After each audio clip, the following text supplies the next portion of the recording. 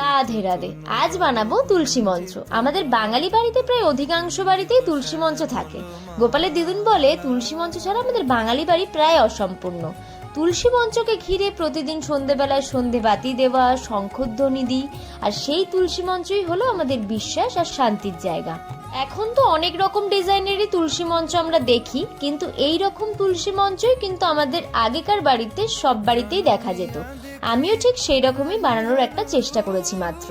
এই কাজটা করে আমি মন থেকে কিছুটা শান্তি পেয়েছি বলতেই পারো।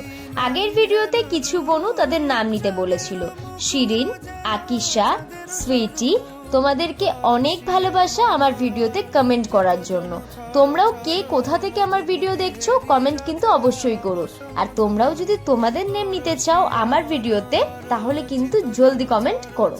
আমাদের সাথে কথা বলতে বলতে আমার কিন্তু তুলসী মঞ্চ অলরেডি কমপ্লিটের পথে। এখন শুধুমাত্র স্বস্তিক আর ওম আঁকাটা আমি কমপ্লিট করছি।